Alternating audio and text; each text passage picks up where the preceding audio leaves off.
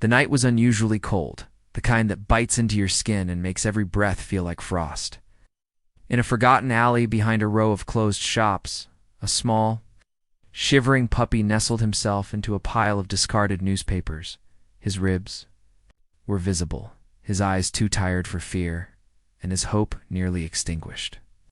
He had been wandering the streets for days, dodging cars, scavenging for crumbs, and enduring kicks from strangers who treated him like filth. He had no name, no family, and no place in this world. But that night, something changed. The sound of footsteps echoed in the alleyway's soft, careful steps. The puppy lifted his head weakly, ready to run if needed, but too tired to move. The figure approached slowly. It was a young boy, barely 10, holding a steaming bowl of rice and chicken. His name was Ion, and unlike the world the puppy had known so far, this boy knelt beside him, placed the bowl down, and whispered, "You look hungry." The puppy stared at the food, unsure if it was real. Ion didn't reach out to touch. He didn't try to grab or pet, simply sat nearby, silent, patient. The warmth of the food drifted into the puppy's nostrils. Hunger overtook fear. Slowly he crept toward the bowl and began to eat. That night, the boy returned home, without a word to anyone, and the next night he returned again with food, a small blanket, and gentle eyes full of care. This became their ritual. Every night for weeks Ion came, even when it rained, even when his own shoes were torn. He named the puppy Shadow, because the little dog would follow him at a distance, never too close, always watching. Shadow began to wait for him. His eyes would light up when he heard the soft padding of Ion's footsteps. For the first time in his life, the puppy knew what it meant to be cared for. But good things in life are often fragile. One day, Ion stopped coming. Shadow waited 1 day, 2 days, a week. He paced the alley, sniffed every breeze, peered around every corner. But Ion never returned. What Shadow didn't know was that Ion's family had to move suddenly. His father lost his job and they left the city without a goodbye. Ion cried the entire journey. He had left a part of his heart behind. Shadow, alone once more, roamed the streets again. He wasn't just surviving, he was remembering. He carried the memory of a gentle boy who once knelt beside a dying pup and gave him warmth. And somewhere deep within, the bond they had formed remained unbroken. As months turned into years, Shadow grew into a strong, cautious dog. He learned the ways of the city, dodging danger, finding shelter, and avoiding cruel hands. But in his heart, he still carried the image of the boy with the kind eyes and the soft voice. He didn't know if he would ever see him again, but he remembered, and he was waiting. Years passed. The city changed. Buildings grew taller, roads got wider, and new people replaced the old.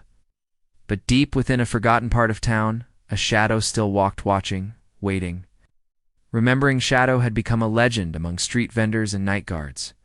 He was no ordinary stray. He never begged for food, but would protect the weak. He stayed silent, invisible almost, but when danger came, he was there. They called him the guardian dog. No one knew where he came from or why he helped, but Shadow wasn't helping for fame or food. Somewhere in his heart, he was still looking for the boy who once saved his life. Far away, in another part of the city, Ion was now 17. Taller, older, but still carrying a certain quiet sadness in his eyes. Life had not been kind. After moving away, he had faced many struggles. His father worked day and night. His mother fell ill, and Ion was forced to grow up too soon. In all those difficult years, there was one memory that gave him peace, the memory of a little puppy in a cold alley, feeling of giving without expecting, of love without condition. He wondered what had become of Shadow. Did he survive? Was he happy? Sometimes, late at night, Ion would walk the streets near his new neighborhood, half hoping to see a familiar shape in the shadows. But nothing ever appeared. One rainy evening, while returning from work, Ion passed by a commotion on the street. A small girl was crying, her mother screaming. A stray dog had appeared out of nowhere and chased off a thief who had snatched the woman's purse. People were gathering, murmuring in amazement. "It's that guardian dog again," someone said. "AYAA." Froze. Something in that voice. That name. He pushed through the crowd and saw a brown dog, strong, silent, calm. His fur was weathered by time, his body scarred from battles, but his eyes, those eyes, Ion whispered, almost to himself. Shadow. The dog turned slowly, as if recognizing something in the voice. Their eyes met in that moment. Time froze. Ion stepped closer. Is it really you?" Shadow didn't bark. He didn't leap in joy. Simply walked forward, slowly, and sat before the boy now, a young man. Their bond, once broken by fate, had endured the weight of years. Tears filled Ion's eyes. "You remembered me?" Shadow lowered his head, touching it to Ion's knee. Yes, he remembered. In a world that had forgotten so much, Shadow had remembered the one act of kindness that had changed his life. And now fate had brought them together again. But this was not the end of their story. It was only the beginning of what would become an unforgettable journey of gratitude, Levant ultimate sacrifice. Ion couldn't believe it. After all those years of wondering, hoping, even dreaming Shadow was real, alive, right in front of him, he gently reached out a hand, unsure if the dog who had lived so long in the wild would allow a touch, but Shadow didn't move away. He leaned into the familiar scent, the familiar warmth. It wasn't just a reunion, it was a return of something lost and sacred. That evening, Ion brought Shadow home. Their home was small, just 2 rooms in a crowded building, but to Shadow, it was a palace. For the first time in years, he slept under a roof, beside the person he never stopped looking for. Ion's mother, frail but kind, smiled as she set out a blanket and bowl of food. "So this is the dog you talked about," she whispered, her voice soft and tired. "He really came back." Ion nodded. He never forgot. And from that day on, Shadow became a part of their family, not just in presence, but in spirit. Every morning, Ion would walk to work, and Shadow would wait by the door until he returned. At night, he would curl up near his bed as if guarding him from nightmares. Even neighbors began to notice the change.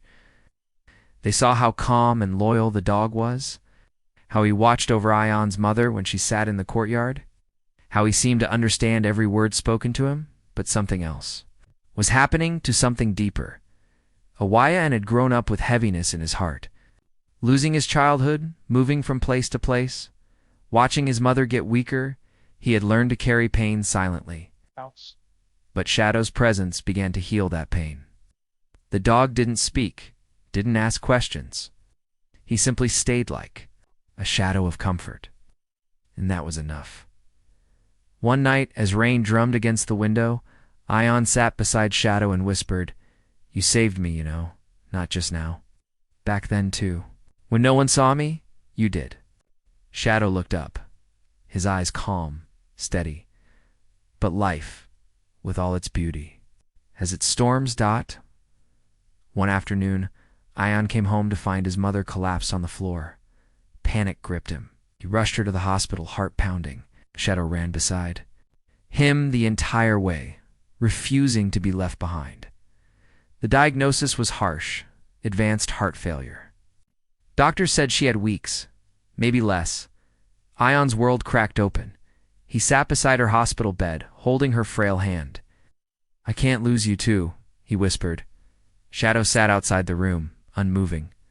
Nurses tried to shoo him away, but he wouldn't budge. For hours, he waited. Every time a nurse opened the door, his eyes scanned for Ion. He knew. Somehow he always knew. That night, Ion stayed at the hospital, curled in a chair, unable to sleep. In shadow, he waited in the cold, just outside, watching the window where the light stayed on. People passing by noticed. Security guard even offered food. But Shadow didn't eat. He was watching, guarding the same way Ion once guarded him. The roles had reversed now, but Shadow wasn't done yet. He was still carrying a purpose, a silent promise he made in the alley all those years ago. He had come back, and he had come to repay the kindness. The hospital lights flickered above, casting a pale glow on sterile white walls. Machines beeped in slow rhythm beside Ion's mother's bed. Her breaths were shallow now, her fingers cold in Ion's trembling hands. Ion whispered stories from his childhood, trying to make her smile. "Remember when I brought that little puppy home? The one you told me I couldn't keep?" A faint smile curved her lips. "You still kept feeding him," she murmured. "Even when we had nothing." Ion held back tears. "He's here now. He never forgot us." Outside, the cold night wrapped around the hospital building. Shadow hadn't moved from his post. Even as the rain started again, he lay at the door, soaked but still, his gaze locked on the room above. People were confused by the dog's dedication, but no one could move him. Even the hospital staff began to soften. Some brought him food. Others whispered to him kindly. Still, he waited. Hours passed. Then a nurse came out. Looking for the boy who sat beside the patient who wouldn't last the night, Shadow saw her, stood up slowly, and followed. The nurse didn't stop him this time.